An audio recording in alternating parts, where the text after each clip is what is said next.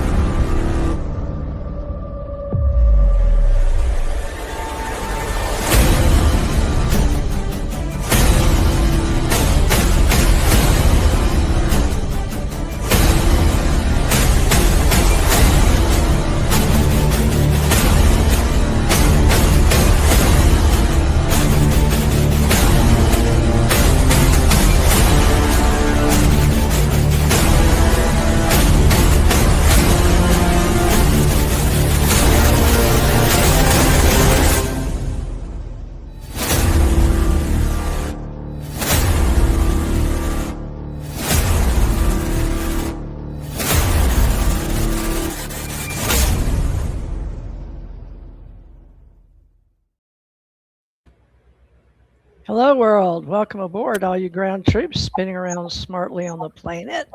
I'm going to share today the cosmic conscious beings, and we're going to explain all of that. We have a guest today, but let me introduce Janette Lessin of Maui, Hawaii, our regular co host, and make sure we're not getting any feedback anywhere.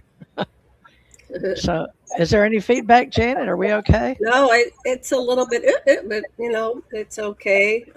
Maybe look at your speaker mic and see if you're too high. I'll look at mine. Anyway, I'm over here in Maui, Hawaii, and as many of you might be aware, we're about to get another 4 or 5 days of torrential downpours, and we have been struggling with flooding. And my property has damage and my water system's down, and everybody has a story here in the islands of their houses are getting washed away and the grounds is pretty saturated. So if you can find an avenue to donate to Hawaiian Islands right now, we're in for another week of trouble. and whatever you to planetary changes, earth changes, whatever, there's something that's not normal about the weather. And we're under siege right now. So I myself, and I've never done this, I never beg for money, but I have to put up a GoFundMe or I'm done. I won't have any water. So I'm just doing a little appeal. I have to get a new roof because this level of rain and the wind has destroyed my roof. I have to go to catchment for months, and I have to put all the new gutters and downspouts. I have to get a larger tank, which is 10, 20 grand. I don't know. It's just, so I will be putting that out later and adding it to all my links, because if I don't get help, I won't be able to live here anymore. And I really don't have any options, plan B, when you're on Social Security. So living in paradise. That's her speech today. Paradise, but it's the most expensive place in the United States to live. And it just got more expensive, and you can't keep up. So anyway, that's it. So, but I'm really excited to meet Dave Hunt. Let me tell. I want you to talk about yourself, David, because I was watching a couple of your videos, and they're really fascinating, and I highly recommend them. Dave Hunt. No, he's from Wales. Dave, go ahead and introduce yourself while Janet's looking for some information that she would like to share with everybody from her website. Well, no, it's right here. Let David introduce himself. David, I think it's better because your bio is brief. But I think the real experience is taking a walk with David Hunt, because Dave takes these walks every day, and he just it's a stream of consciousness, and it's fascinating. So your turn, David. Welcome to the show, and tell us about yourself and your work and what you are talking about and your encounters with whatever you're encountering. I won't give it away. Go ahead, your turn, David. Sorry. Well, thanks for having me on. Yes. What I'm doing at the moment is about 2 months ago I started a YouTube channel that's called David Hunt Talks. And what I'm doing, like you said in the videos, is just cataloguing the events of my life and then weaving hopefully some spiritual wisdoms that I've learned along the way and incorporate them into the shows. So yeah, I started off my life as a pretty standard alien abductee, if you like.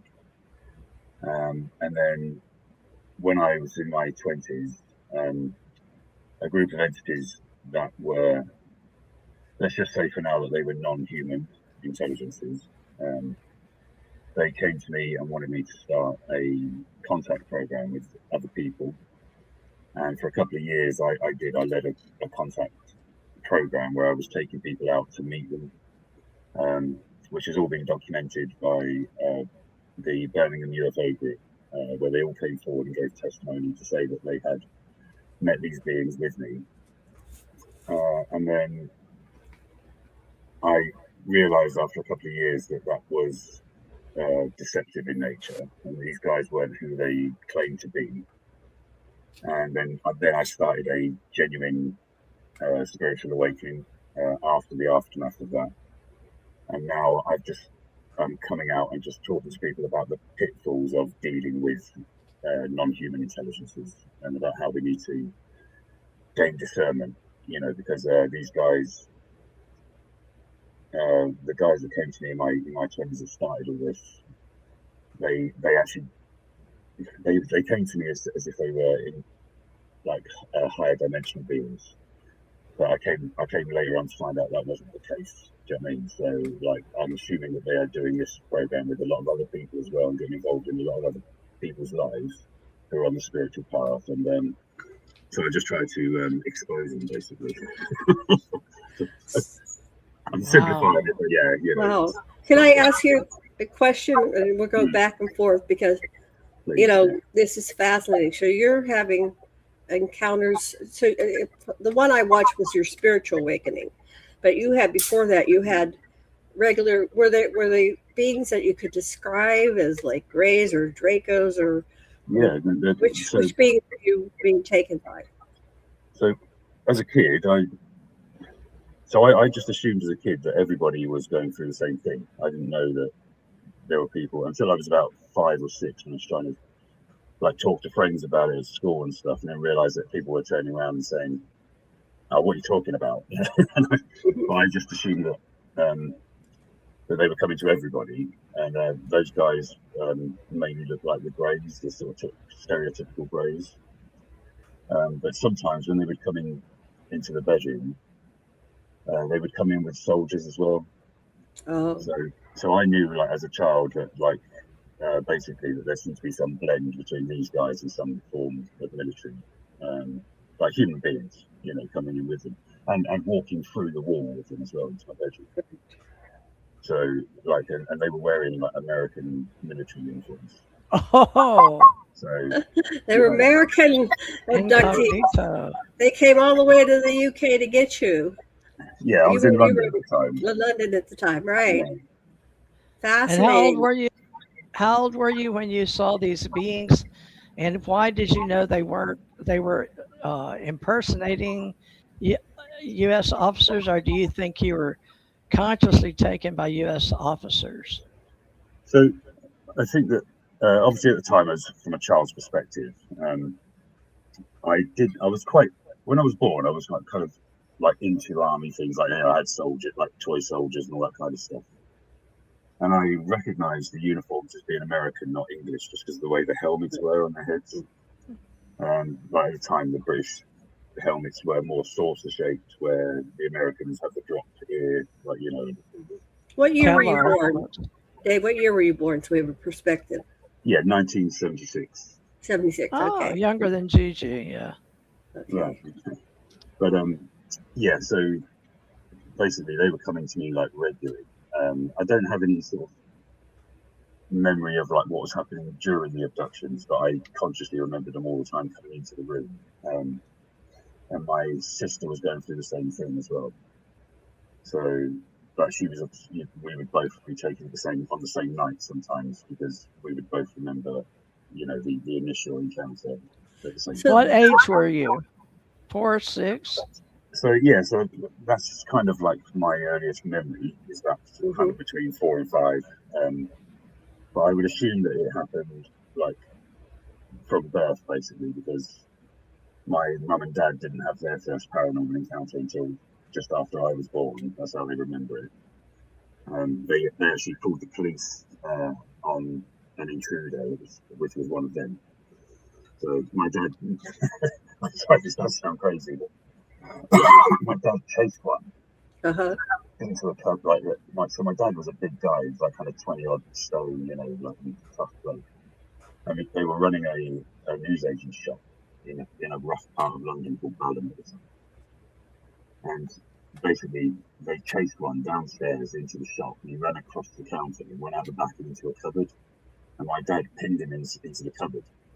So when the men phoned the police, who came and then told my dad to step back from the door, and when he did, there was no one there. Oh my goodness. They teleported out. Yeah, and I was about 3 months old at that point, so like that's how they say that's the first time they had anything strange happen in their life. So I'm kind of assuming that it was going on from the moment I was born. And another thing was I had a public.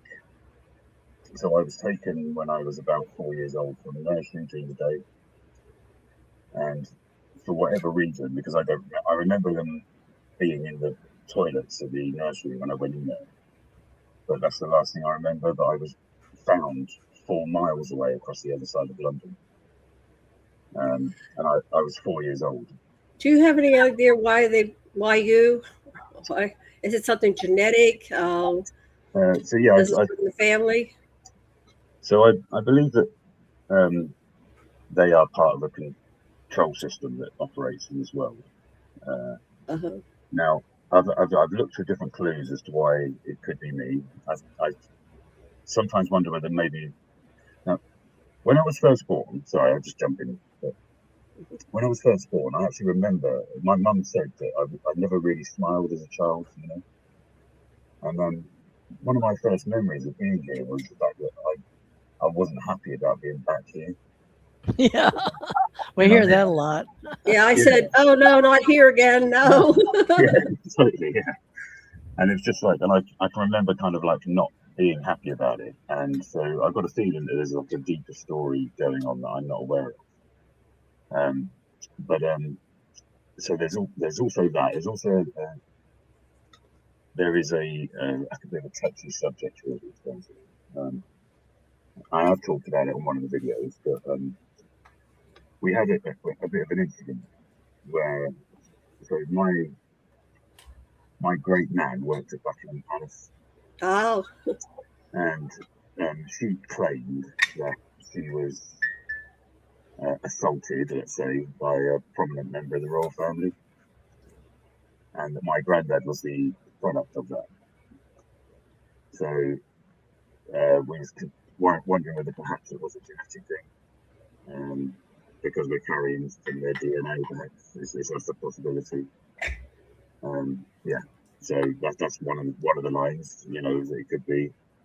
I have been accused of being a reptile over the years. Oh my goodness! Let me make a disclaimer here, David, if you don't mind.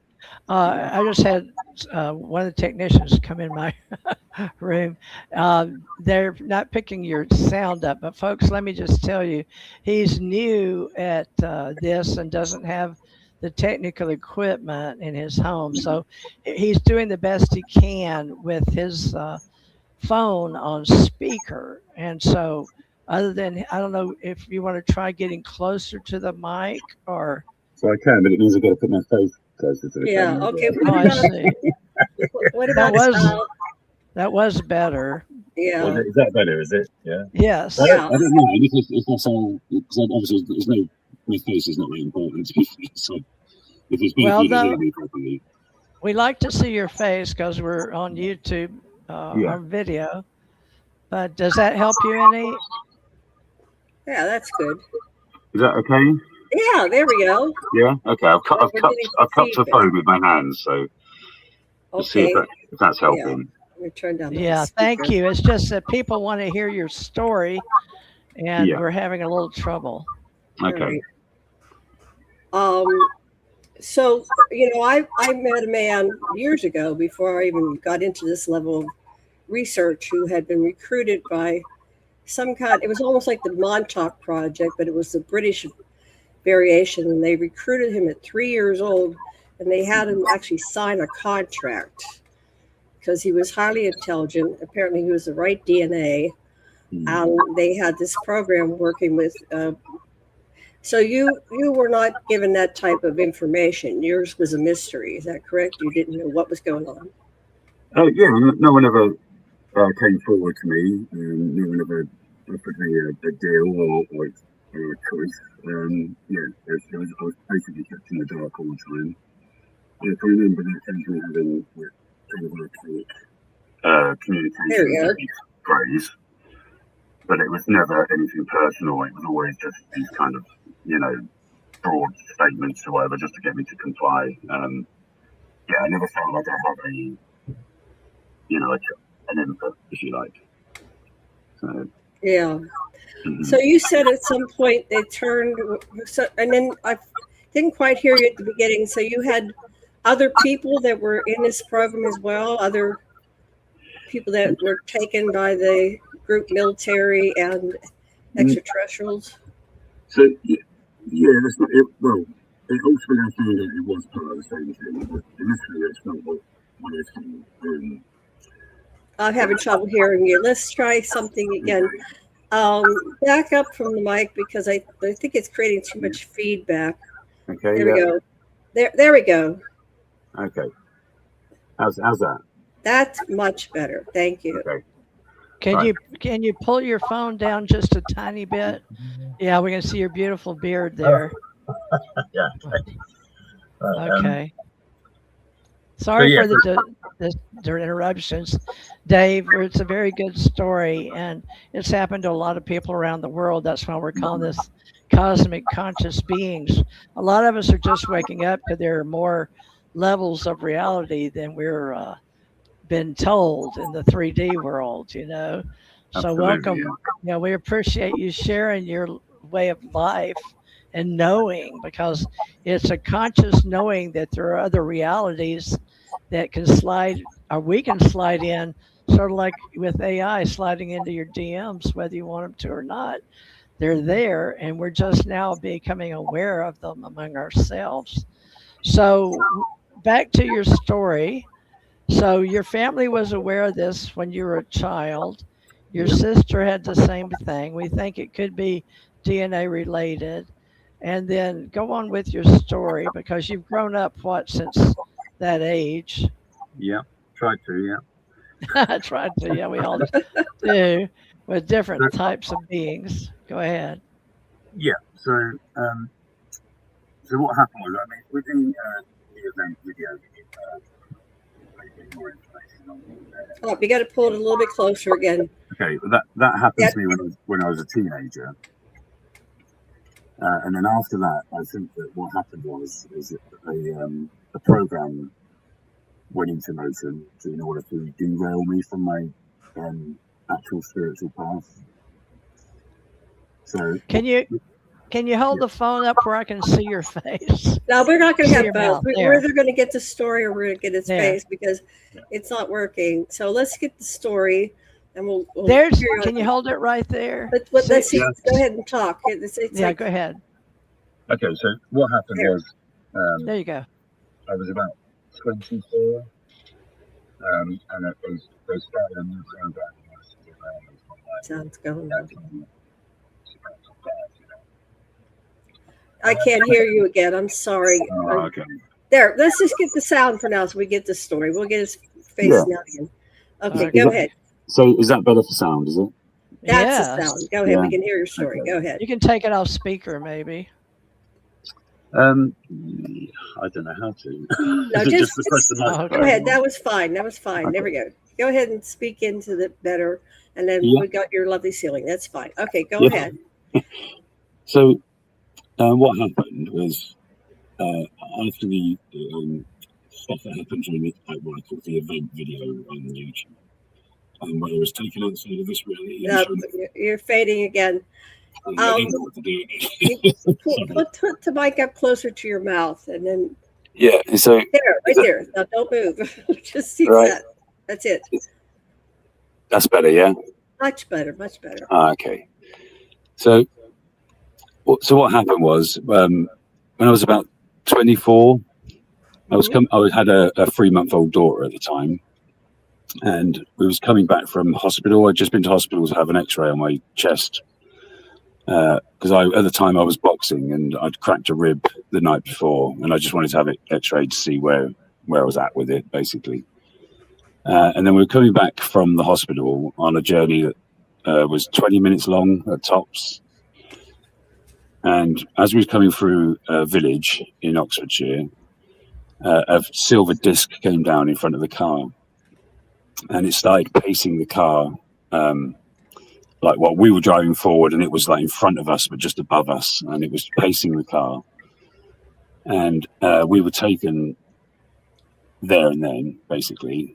We didn't remember it because we lost time. We lost about 40 minutes.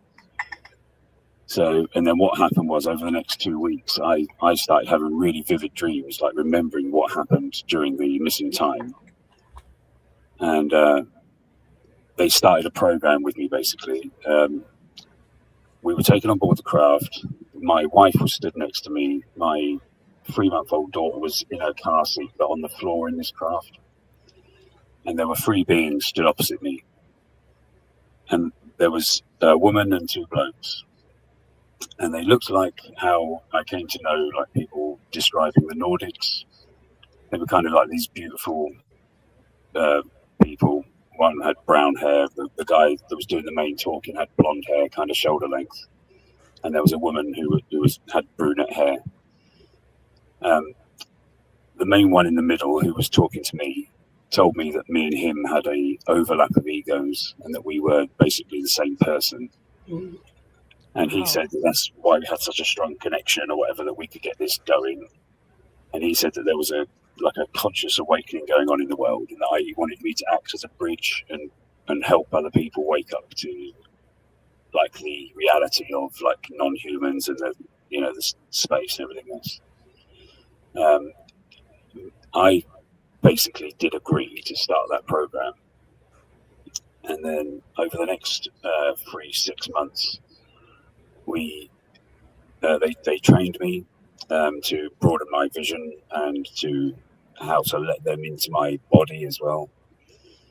There was a lot of to and fro. They were entering my dreams, and like we were having these bizarre interactions, like in dreams and stuff. So I assume that there's more to know about the dream world as well, because they definitely seem to they didn't seem to care what the difference was about this reality or a dream that I was having. They said it was easier for them to sort of meet me sometimes in dreams than it was in the physical world. And then what they would do is they take me into a social group of people, and then they would start telling me information about people that I was dealing with, and then they would select someone out of the group, and then eventually they'd get me to sort of go through a kind of awakening, kind of like guru situation with that person, and then take them out to certain spots that they had where they would meet them. And those. So this is an ongoing recruiting system. Are these people that are in the program already, or are they going outside of the program to recruit people in? Yeah, so I don't know. They seem to have sort of psychic knowledge on different people. So I'd go into a room full of people, and then they would basically know stuff about people in the room, and then they'd ask me to close in on a certain person. And then basically I would start talking to them about spiritual concepts and about conspiratorial stuff, and about did they believe in aliens and stuff. And more often than not, they were right. As if these people would be susceptible to it and open to it. And then I would start telling them that I could get them to meet these guys if they wanted, and go down that rabbit hole basically with them. And then that's what would happen. So they would arrange, these guys that I was working for would arrange with me when and how and when to do it. And then that's what I would do. I would take people out to these certain locations, and they would be there. So, and then they would have an interaction with the person that I'd taken. And then that person then would go on, with their own like journey, you know, as in like I saw different things happening to different people that were involved, and I started to question whether it was actually a positive, you know, whether I was working for the good guys or not, basically. So I started to call them out on it, and then basically my life kind of like fell apart. They turned on me, and then one night, because you felt that there was something off or something. Yeah, I did. Yeah. And what was that? What was that? What did they do or say, or what made you feel that way? Yes, it wasn't like one thing. It wasn't one particular thing. It was just the fact that, like, the effect that they were having on other people, like, was varied. You know, and I saw a lot of people kind of like go off the rails, basically. Like, you know, like falling out with like their own families and losing their jobs and kind of like being gaslighted a lot and being told that this was all for their spiritual good and stuff. And that was what was happening in my life as well. Like my relationship with my wife was broken down. I had the same thing, a string of bad luck with like jobs, and I ended up living in a tent. And all the time it was happening, they were telling me that it was all for my spiritual growth. It's all for your spiritual growth. Yeah. So these people were saying, we're going to help you with your spiritual growth, and then your life was falling apart, and other people's lives are falling apart. Is that correct? I just want to be sure I'm hearing. Yeah, that's right. That's basically what they were saying. And they were, like, say, appearing as these kind of like beautiful human Nordics. Yeah, but there was just something a little bit off about them. They had the spaceships, they had the, you know, the blue jumpsuits, all the rest of it. But I just started to feel that they weren't who they were claiming to be. Because we've had generations of putting that information out there with people drawing them, and they look Nordic and they have the blue outfits, and and the messages was always about like love and light and all this kind of stuff, you know. And obviously at the time I mistakenly thought that I was a spiritually awakened being because of the stuff that had happened to me as a teenager. But I just didn't realize that I wasn't, although you can have had spiritual experiences, it doesn't necessarily make you streetwise, you know. And so I had to learn the hard way, basically. They ended up like making an attempt on my life, and I ended up in hospital for a month. And that's when I genuinely started my spiritual journey. Basically, it was after that. Okay, so you had a shift. Do you have a question, TJ, or should I keep going? Yeah.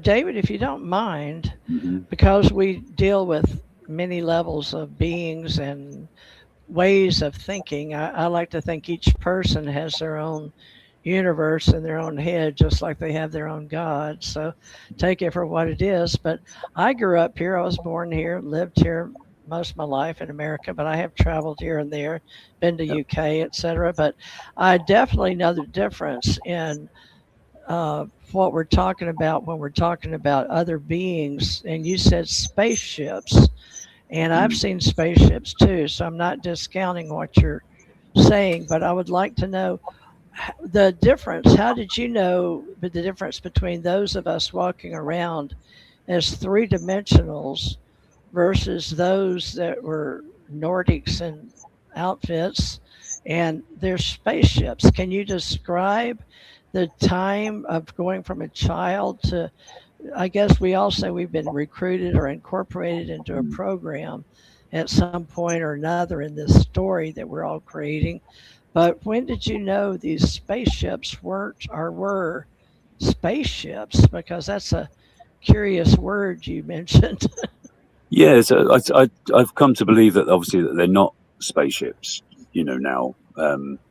But yeah, at the time, that was the only frame of reference I had for them, because I grew up like everyone else with the kind of like ET UFO narrative, you know, and so I just, the only sort of kind of reference point I had for any of this stuff was kind of Steven Spielberg's and all that kind of, you know, narrative. So yeah, I wasn't aware of like the idea that there were other beings, you know, as in that we lived in a control system, and that there are other beings like in the astral realms that are mimicking all of this stuff, you know, that's going on now. And that's where I've come to believe that they actually come from. I believe that these ships that they're piloting, they are basically just frequency ships that can like bring them down from like a different layer to this matrix, if you like. But yeah, and sometimes when they came to me, there wouldn't be any ships at all. So most of my interactions with them, outside of meeting other people with them, was in my bedroom. It would just be that I would wake up and they would be in my bedroom. So a lot of the time I didn't see ships, but of course there were occasions where I did. So I just always assumed that they had ships, So, but yeah. Well, let's mention the ones, because now you mentioned bedroom, and so many people will relate to your story, Dave. But those that come to our bedrooms, we're so familiar with Whitley Strieber and Steven Spielberg and the romanticism of beings coming to get to us or teach us or save us or whatever. But Whitley's was more on the little small beings. What size were your beings that came to your room? Were there tall ones and short ones, or just based on what your programming or your, I guess you'd say, your patterns, now that we're into the AI reality? What are your patterns for the aliens? So what the main, I've never seen like reptilians or anything like that, or mantis beings, but I saw. Have you? Yeah. Okay. But I saw mainly it was these kind of 4 foot tall greys. I'd seen greys that were wearing like hoods, like as if like the way like a monk wears like a shawl or whatever. Yeah. I've seen them. I grabbed one once. Okay. I woke up in my bedroom and there was one stood next to my bed, and I managed to get the drop on him because it was physical. You felt it. No, well, that was the thing. You see, he looked completely physical. So he was stood there on my wife's side of the bed, and I managed to wake up without moving, and I managed to stay calm because I saw him there, and I realised that he hadn't noticed that I was awake, and he was just stood, and he had a black like monk's habit on, But I would say that to judge his height, he could have only been 4.5 foot tall, maximum. So what I did was I laid there for about sort of kind of 20 seconds and let myself wake up fully, but without moving. And then when I felt ready, I turned around and grabbed him. And as I grabbed him, only for a split second did I feel anything, but he turned like shocked. And as he turned, and he, as if he was going to turn to run away, but as he turned to run away, he just dissipated like smoke. He went, right. And my hand just went straight through him. But I knew then that I could, they weren't these kind of all perfect beings. They were capable of being shocked, and they were capable of not realizing what was about to happen and stuff. So. Wow. Well, let's go back to your time in the hospital then. And you said that was when your spiritual journey began, because, folks, this show was all incorporated about we are the authors of our own life journey. And that statement keeps most of us sane in this 3D world. And we're writing our own life story. We figured out that we're born here, we live here, and we die here. And we don't know that it's by choice. We haven't proven that yet. Some people like to think about that. But Janet, go ahead. Well, I want to do the spiritual journey, but I want to go back.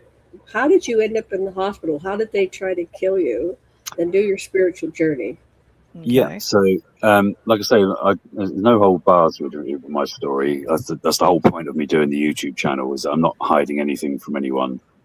I want people to sort of hear it all, kind of warts and all.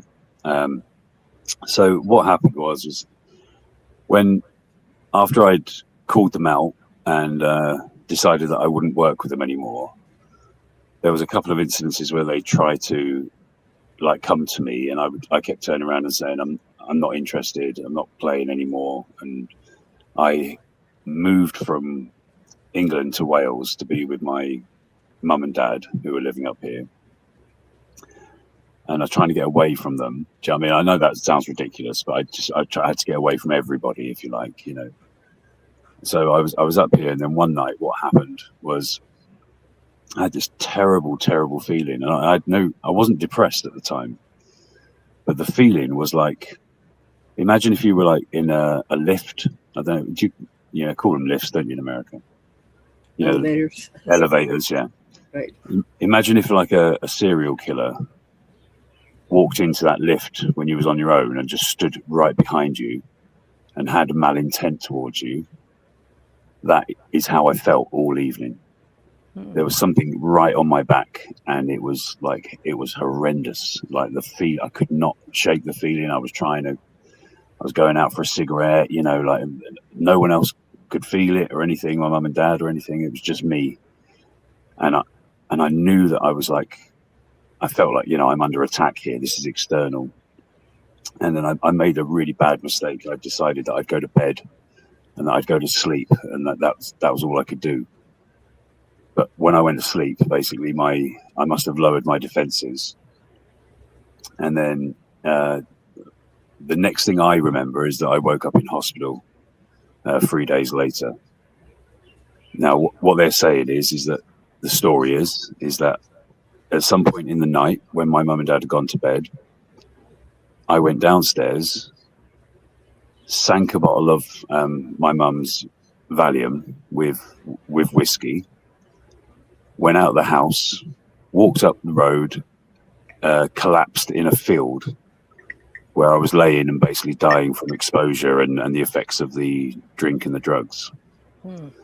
Now, what happened was an ambulance pulled up because the driver needed to go for a wee.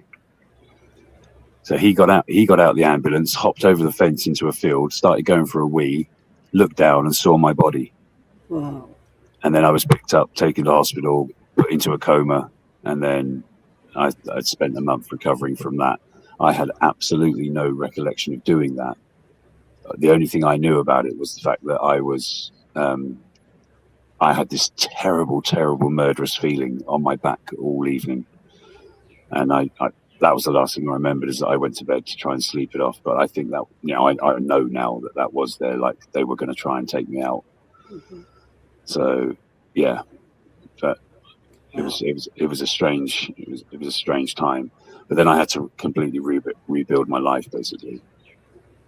So was that what happened that was a catalyst for you to rebuild your life? Was it an event was that when that event happened, or was it something else? No. So I went through a series of so obviously all the time that this has happened, that what happened during the event obviously was always in the back of my mind. And I thought that I was an awakened being because of that, but I didn't realize I was only like half awake, if you like. You know, like I was aware, obviously, of what I believed was the nature of reality from what I was shown. And when I realized that I'd basically been derailed from a very powerful truth that I believe is like awareness is growing into this matrix, and there's more and more beings that are being born with the capabilities of higher awareness. And basically the control system itself, it has a plan for them and is trying to attack them on different levels. So yeah, I went back to basics. I started off with nothing, and I worked my way like back into the world. Our listeners don't know what the event is. Can you summarize what happened with the event? Yes. So when I was a teenager, I had something that's I realized over the last few years when I've been watching YouTube that it's very similar to what a lot of people have experienced on DMT. Mm-hmm. But at the time, I hadn't heard of DMT, and I definitely wasn't taking it. So just to clarify, for people, but yeah, I was sat in my bedroom, and like an American like game show host voice came in and said, "Let's go." And I started free falling upwards. And now, obviously, looking back at it, I realized that I was probably in my astral body, not my physical body. I just kept going. I just kept going upwards all the time. I was petrified. I kind of was trying to close my eyes, although I wasn't sure if I actually had eyes or not. But it's like, I wasn't prepared to look, basically. And I had this, I kept accelerating and accelerating out into what I perceived as space. And then I kept accelerating exponentially until I believe I reached the speed of light. And then I found myself in a completely different realm. And in this realm, there was no depth perception, and there was no up or down or anything. It was just this kind of black, velvety, sort of kind of shiny, kind of no place, if you like. And there was a narrator that was conveying messages to me during that time. And like I said, I didn't have a body at that time, so it was just like a state of pure awareness. And it asked me if I wanted to see reality for what it was, which I obviously agreed to. And then what happened was, in front of me, a whirlpool in this kind of sea of consciousness, if you like. It's very hard to explain with 3D words. I'm just doing my best with it. A whirlpool started to turn, and then another one was turning the other way, up below it. And then where the two vortexes met, white light appeared. And it showed me that, it said, look, this is reality, okay? This is reality, isn't what you think it is. And this white light that looked like a single star, it expanded slightly, and then I was able to move in on it. And when I looked, it was just information fields.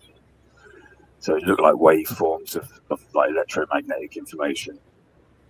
And it said that basically it was infinite creative potential, and that it didn't need to create actual houses and streets and people and cars and stuff. It just created information fields through pure will. And that consciousness decodes those information fields and turns them into what we consider to be 3D reality. So, and I was able to go backwards and forwards while I was there. Just briefly, I was able to sort of like go in and out of this white light, and so I could see firsthand what it meant, sort of thing, you know. And it said that within this white light was everything that ever has, is, and will happen. It's just happening within this information field. And then it said keep watching. And then after the white light had been stable the whole time that this narrator was talking to me, and then all of a sudden the white light expanded like in a death throe, and then just collapsed in on itself, and it was gone, and the vortexes above it and below it just sort of like dissipated. And it said that obviously that was not only my own story, it said that was everybody's story in every like thing that's ever happened in this world. And it said, look out. And so I sort of looked out across this vastness. Like I said, I had no depth perception. I could never tell when anything was in front of me or if it was a billion miles away. I couldn't tell. But when I looked out, I saw white lights blinking on and off in every direction that I could see forever. And every single one of them was a completely different reality that this infinite creative potential was making. And I realized at that point that we were all one thing, basically experiencing itself, and that it was just creating dreams. That's the way it kind of described to me, like it was an art, like it was a piece of art, like it was a dream. But it also said that in more relative terms, it just wanted to tell me where I was at the time. And it said that I was living in a part of that white light that had become separated from the rest of that information field. It said that a type of superego, if you like, had decided that it could separate itself off from the main dream and was creating its own dream within a dream. And it had basically trapped a certain proportion of consciousness to fuel that dream. And it just said, it wasn't worried about it, it wasn't judging it, because obviously it is it, you know. But it was saying that basically just to let me know that that's where I was, is I was living in a dream that was within a dream. a little bit further down the rabbit hole, if you like. And it said that another thing that was happening, he said that separation that had occurred without judgment was now being healed, and that smaller dream was going to be brought back into line with the rest of the dream, the greater dream, if you like. And he said that it was being done by awareness was being infused into the unconsciousness that is required in order for that other dream to happen. That consciousness needs to go into a slumber, into a deeper sleep, in order to dream these kind of dreams of separation. And that basically, so awakening was happening, and that it was a done deal. It was over. Awakening was coming into this dream, was going to cause all kind of havoc and stuff. But then ultimately, what was going to happen was that the dream was going to dissipate, because it was going to end and then like re-emerge itself into a greater dream that is still a dream, but it has conscious connection to the source. And so everybody that lives there, like I say, they're not better than us. They're not good and we're bad or anything, but they behave accordingly because they have access to like the knowledge of, like, you know, the source of all reality, basically. So therefore they know they're all one, and therefore they you know, they don't do stuff to each other like we do. But yeah, so he said that program was underway, and it said that basically, yeah, that it wasn't like, because obviously I'm not an individual, nor are you. It just said that we were all awareness, basically, and that awareness was kind of being brought out of the slumber by awareness. So, like, you know, it just manifests as me and you, basically. It's just because it's a cool theatre, you know. Actually, that makes a lot of sense to me, because I've had similar messages. And I tend to have the narrator too when I have my experiences. There's this narrator.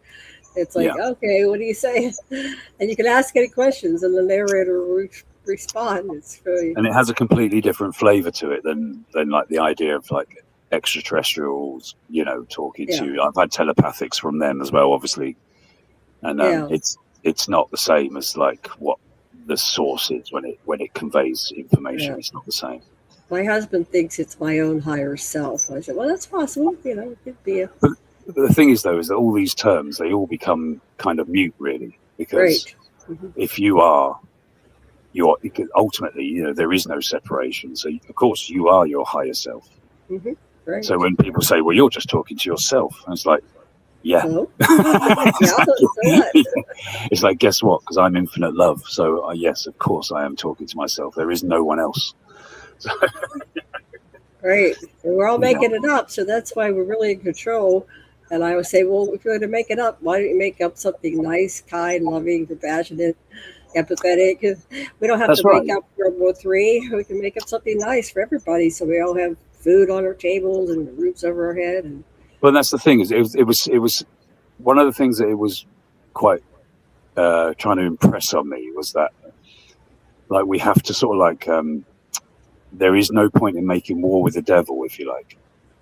And it was saying that basically, of course, ultimately this super ego, if you like, or what some people would call the demiurge or Satan or whatever word you want to use for it. He said that obviously it was us, you know, so like this idea that there's a war going on between us and it, and that we need to beat it and escape the matrix and all that kind of stuff. He said that wasn't really the answer. And he said the answer was unity consciousness, which means that we acknowledge our participation in the whole game, and then a healing occurs, you know, because it is ultimately us, and therefore, like, we don't heal this separation by causing more separation. Basically, it is caused by a bringing in together and a like a unification, and then together we all go home, not separate, you know. Right. I've seen it like a big giant puzzle, and you know, we have to get all the pieces together. We all go as one. If you have one piece missing, it's like, nope, we can't leave anybody behind. Let's go get them. That's right. We are inseparable from the source, and that's not everybody except, you know, this person or that group of people, or, you know, everything everyone's ever done here is just an extension of everything that everyone is here, basically. Let's Theresa, see if you've we been can bring quiet. him back on. Can we bring you back on? Well, just let us see you again for people tuning in, and we'll say hi, There we Dave. go. His sound is weird, so we have him talking so we get the story. But this is who we're talking to, Dave Hunt, and he's got a fabulous story about the nature of existence and reality and what's really going on. Do you have any feedback, Theresa, on what Dave was just covering? Oh, his story sounds very familiar to me as I've been out there and been there, done that, got that T-shirt. So I think you did a good job of expressing it because I've heard it before in my own head and in my own dealings. However, coming out a bit out of body and near-death experiences, Dave, I've experienced the same thing several times, and I've actually written books about what you're describing. Don't know, I never market them to get people understanding what I've been trying to do, but it sounds like we're kindred spirits in a way that makes people understand there's more to life than what we're being taught, and we're finding each other. Yeah. So we can't hear you, Dave, so you'll have to go back to doing that. But I was wondering if there's like an instruction manual.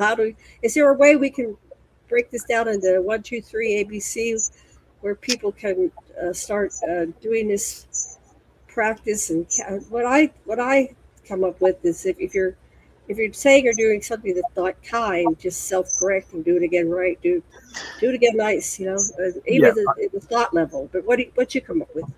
So it had like a different the narrative that was given to me during that time was like, it was very like beyond duality. It wasn't really concerned about the idea that there was good and bad and stuff. Right. It just basically said the only difference was between asleep and awake. And it said, obviously, people that are asleep do what's perceived as terrible things, and people that are awake don't. So, but it wasn't really concerned about like this, that, or the other. It was kind of a little bit different to the idea of morality, if you like. But it taught me years later. Obviously, that happened to me spontaneously, that experience. But then years later, like after I'd been tried to be derailed by these entities that tried to get me to. They told me that I was an alien and all this kind of stuff. These guys, and I believed them for a while as well. Like I was walking around completely alienated from other people and stuff. But then when I started my, if you like, the latter part of my genuine journey, yes, I was given a technique as to how to de-link from reality. Because obviously, a lot of people are getting the information about reality not being what we think it is. And that we're starting to come to terms with the idea that it is just an information field that we're decoding into 3D reality. So there is a way, it was a technique that I sort of developed myself through like guidance and meditations and stuff, which like it works for me. And I do lay it out in one of the videos. It's called The Technique on my YouTube channel, but I'll go through it briefly now if you like. Okay. So what would happen is I would, you can do it in bed before you go to sleep. And it helps if there's no external stimulus really, or as little as possible, obviously, And then what you do is you lay in a darkened room on a bed, really nice and comfy, and then you start breathing. If you've done meditation, then it's easy for you to fall into the meditative state. There's no requirement that you are a meditator or anything like that. So the first thing you do is you feel your heartbeat, and you bring yourself fully present into your body, like feeling your heartbeat running.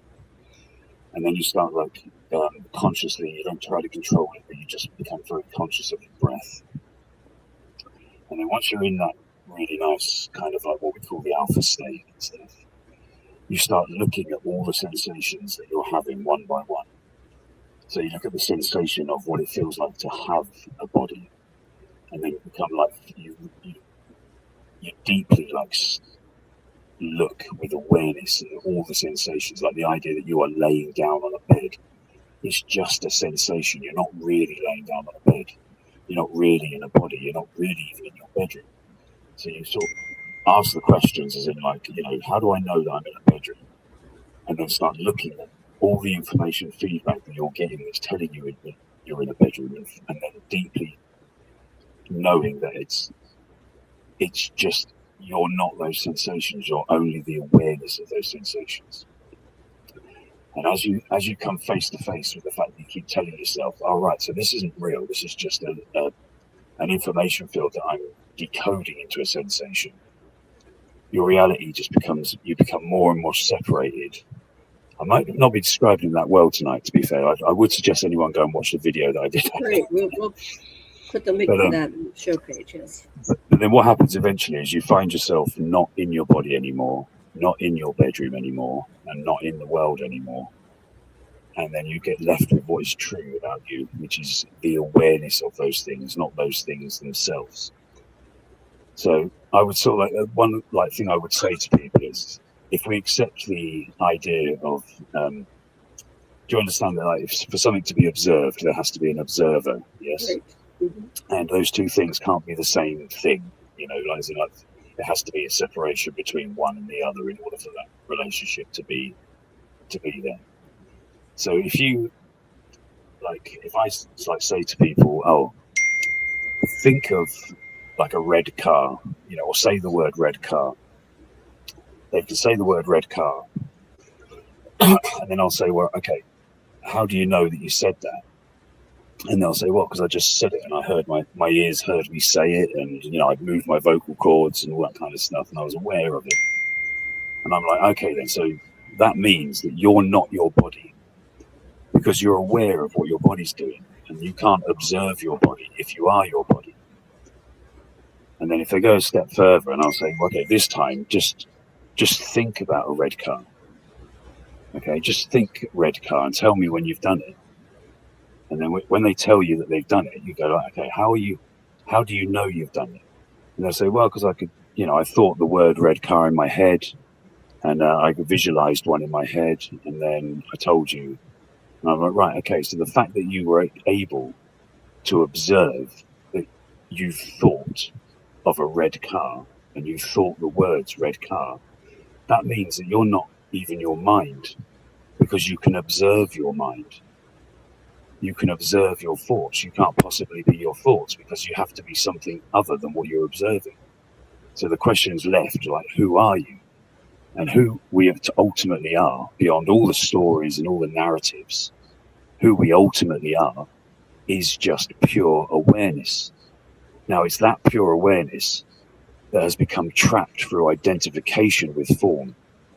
And that's the whole nature of this world, is it's a massive distraction. It's a madhouse distraction, so that we identify with all the terrible things that are happening and all the dramas, and even then all the other stuff as well. You think about it, right from a child, you were just taught with kids' shows all the time. Look at this, touch this, say that, sing this. Do you know what I mean? It's all and as you get older, it's all kind of have this holiday, have this house, do this, want this. It's all a massive distraction in order to get you to identify with everything except the one thing that you actually are, which is the awareness of all those things. So what's happening now, I believe, is that people like me and you, that we are coming into the world. Of course, a lot of it's coming in through ultimately, the alien narrative and stuff like that, and people waking up to the fact that the world's not how they thought it was. But the narrative needs to keep moving forward, because the world's not only a little bit like we thought it was, it's nothing like we thought it was. And that's why I'm manifesting now. That's why I'm coming out and speaking, because obviously you can see that the world's trying to distract us even harder at the moment, because it knows that this is going on. So of course the wars are ramping up and all the terrible things and the weather and all the rest of it. I do feel for you, because I live in Wales, and it's kind of like we've had some horrendous weather here for the last 6 months as well. But also I believe that there's a false alien narrative that's going to be inflicted on the world. You can see it the way the government's talking now. They are definitely starting to change the whole narrative around the idea of aliens. And of course we know that they are liars. Politicians are liars. Yeah, that's what they are. They're professional liars. You can tell when they're lying because their mouths are moving. But their mouths are moving. So Dave, yeah. What do you think about Spielberg's new film Disclosure Day, which premieres June 12th, 2026? think he's absolutely like, I'm not sure how like consciously he's in on it, but he's definitely like he's in the club. And like, you know, I had to, you know, I only raised one eyebrow when I saw the new still for it, you know, when they were sort of talking about it, and it was the eye. Yeah, it was like a big eye in a kind of, you know, supposed UFO, but if you squint at it, it looks a bit like a pyramid. And yeah, there's of course, a new trailer out. I'll have to go find that. Yeah. Yeah, and you can see that, like, it's, you know, obviously it's, and it's, I think it would be just below it. It was saying like, we deserve to know. And of course, he's been a part of creating this false narrative around aliens for decades. You know, well, we all have in a way, whether we knew it or not, because just like those people that you recruited, it's like you don't know at first. You see greater tech or greater, you know, magic or whatever they're doing, right? They can walk through walls, and you have no idea. And then, you know, I'd say most of my experiences have been positive.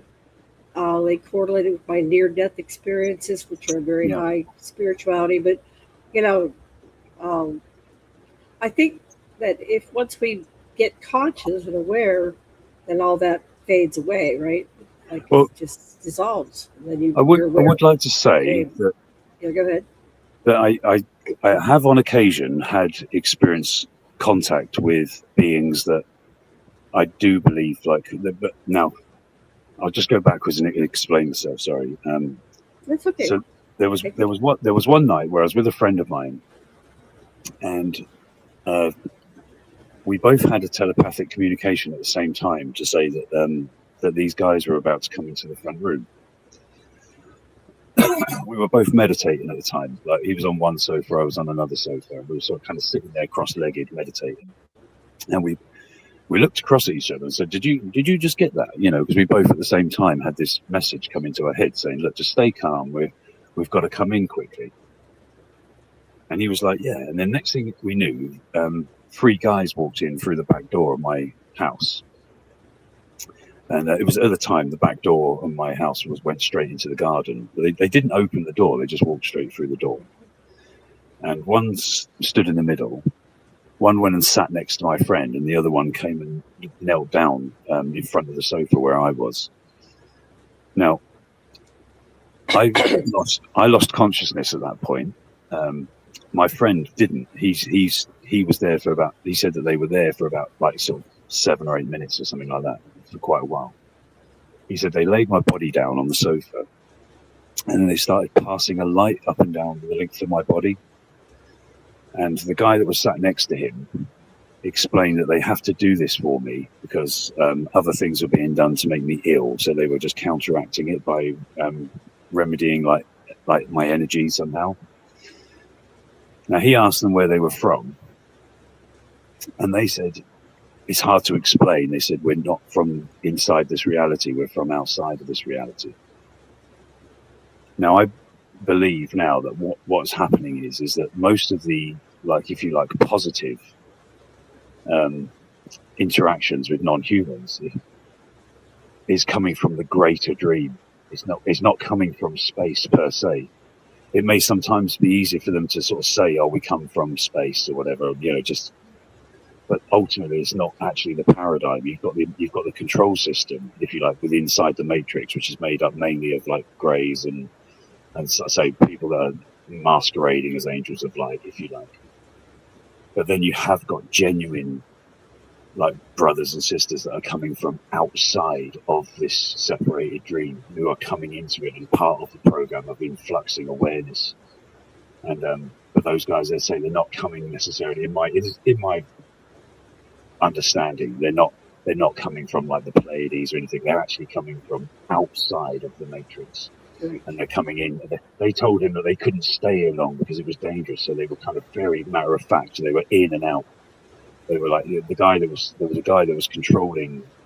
There was the one that stood up in between the sofas. He was like the kind of the guy that was coordinating everything, and he seemed to be like on a time frame. He's like that's it. They were done. They're gone.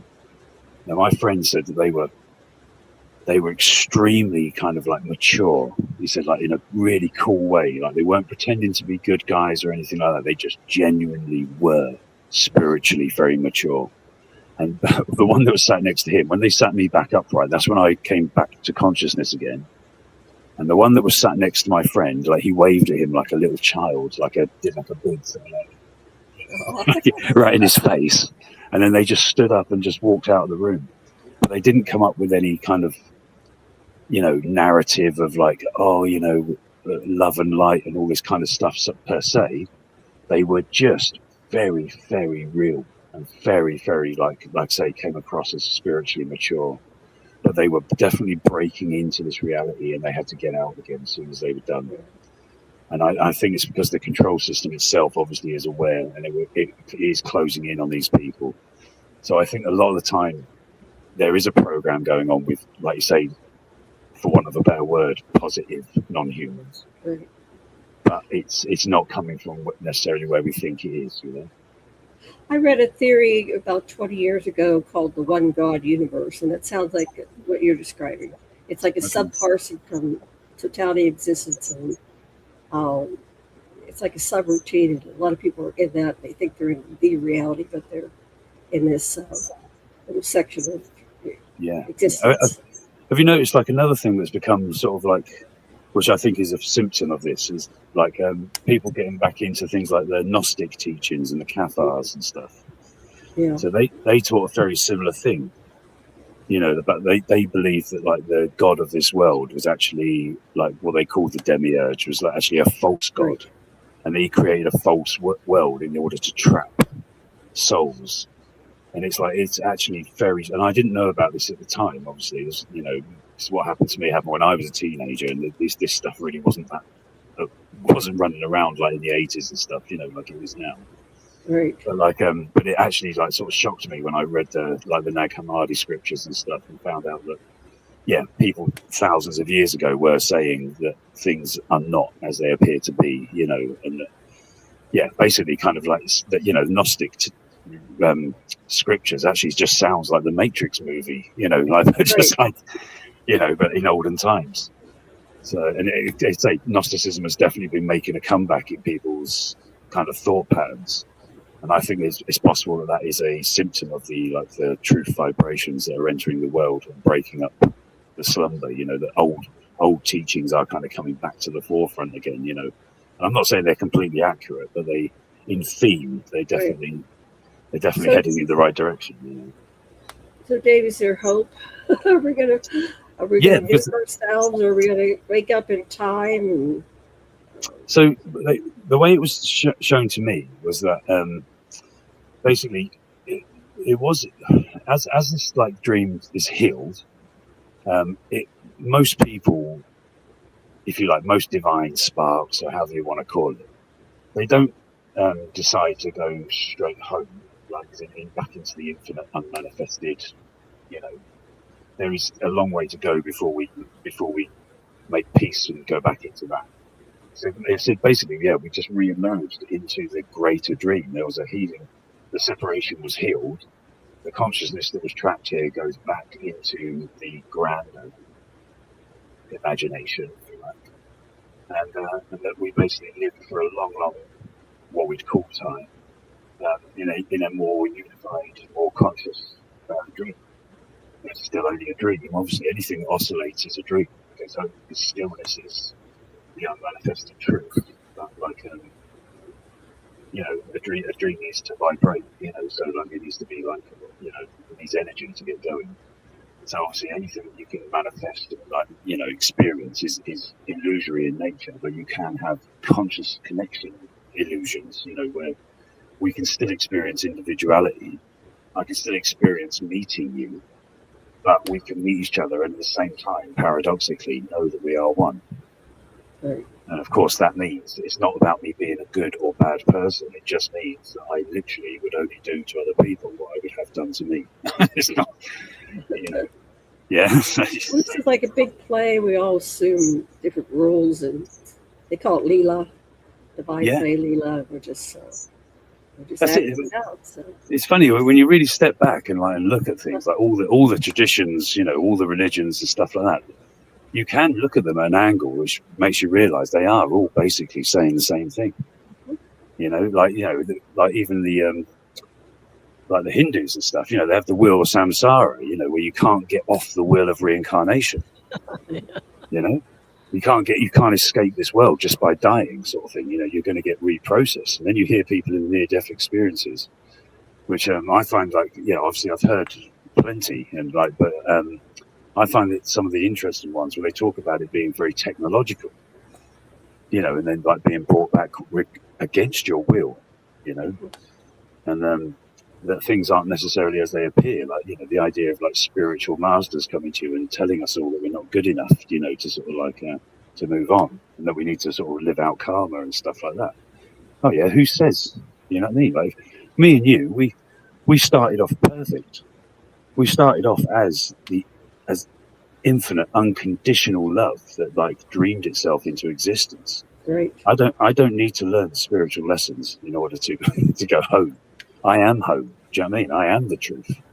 It's like I don't need to learn lessons. I definitely don't need guys in white beards or wearing white robes and stuff telling me that I'm not good enough when I'm inseparable from God. You know, so I think we need to sort of like when we die, we need to sort of die consciously, and not put up with this sort of like gaslighting that we're going through. Well, I've had several near-death experiences, and I always chose to come back. And I said, I'm not finished. I have my mission here, which is to talk to you and Theresa Day. Yeah, and that could well be awareness in the world. Yeah, and that's you know, that obviously that can be the case. Do you know what I mean? Like, you know, I'm here too. Right. You know, so I'm not saying to anyone that, like, you know, you shouldn't choose to be here. You know, like, I am still here. I've had awakenings. I've got a certain level of awareness and stuff, but I'm still manifested here. You know what I mean? I'm not killing myself or whatever, or saying I'm off, guys, see you later. And I also had an experience one night that kind of made me realize. So when I was talking about the technique of how I delinked from the illusory input, one night when that happened, I got back to the same place that I was when I was a teenager, and I'd managed to do it myself rather than it being spontaneous. This only happened last year, and that's why I tell people about the technique, because for me it works. I know everyone needs to find their own way, you know, but like I explain in the video, like at depth, how to do it, how I did it at least. But what happened was, I got there and I was offered to go home.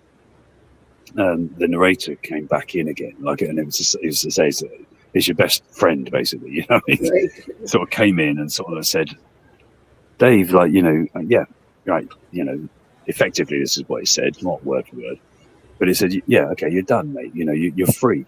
You know, you have freed yourself of illusion. You know, if you want, man, you can go home. You can just stay here. You don't have to.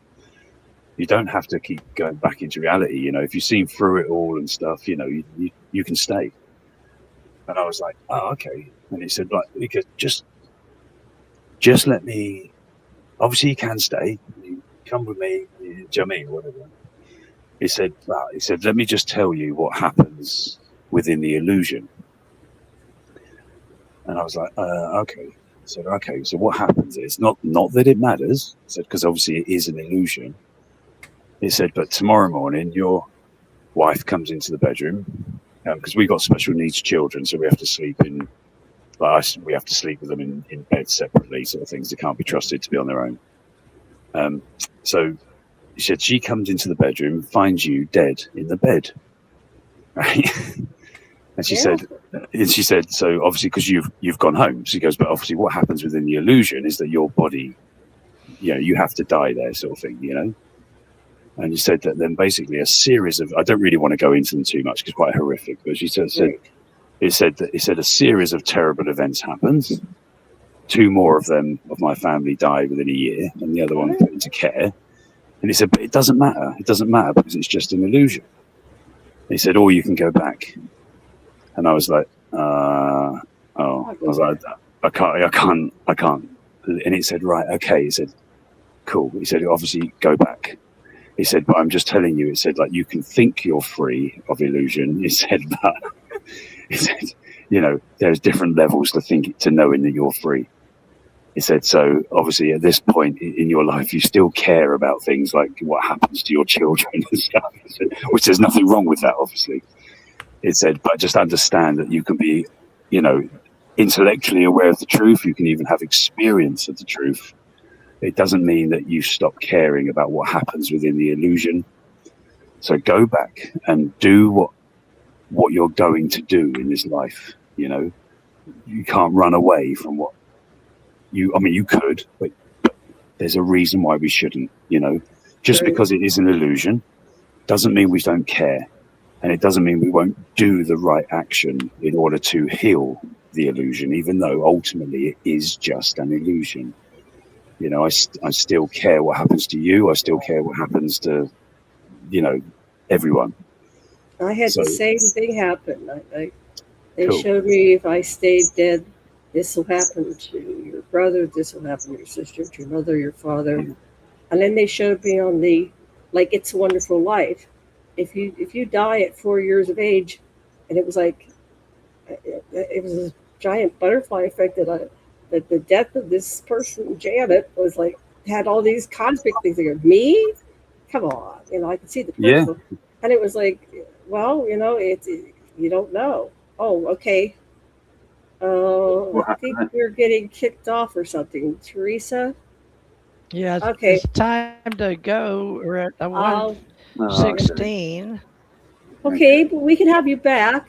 Definitely. It's fascinating. Yeah. Go ahead. It's just the thing. We could talk for hours, couldn't we? You know, we could. I think so. We could. And I know it's really late for you there in Wales. It's just gone 2:00 here in the morning. I've got work at 7. So. Okay, let's call this a day, wherever you are in the world. Theresa, okay. Final words. Dave, you the last words. Go ahead, Theresa. Thank you, David. We really appreciate you coming and would like to have you back. And tell us the name of your YouTube. Is it Hunt David Hunt? No, it's just called David Hunt Talks.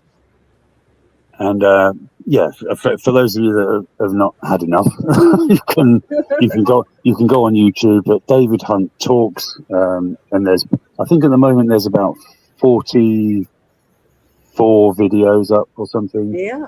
And it basically, I'm trying to, like I say, with more time on that video, on that channel, I managed to weave the story with different spiritual aspects woven in, you know, and then there's a lot more about my personal life and stuff like that as we went forward. So, yeah, wow.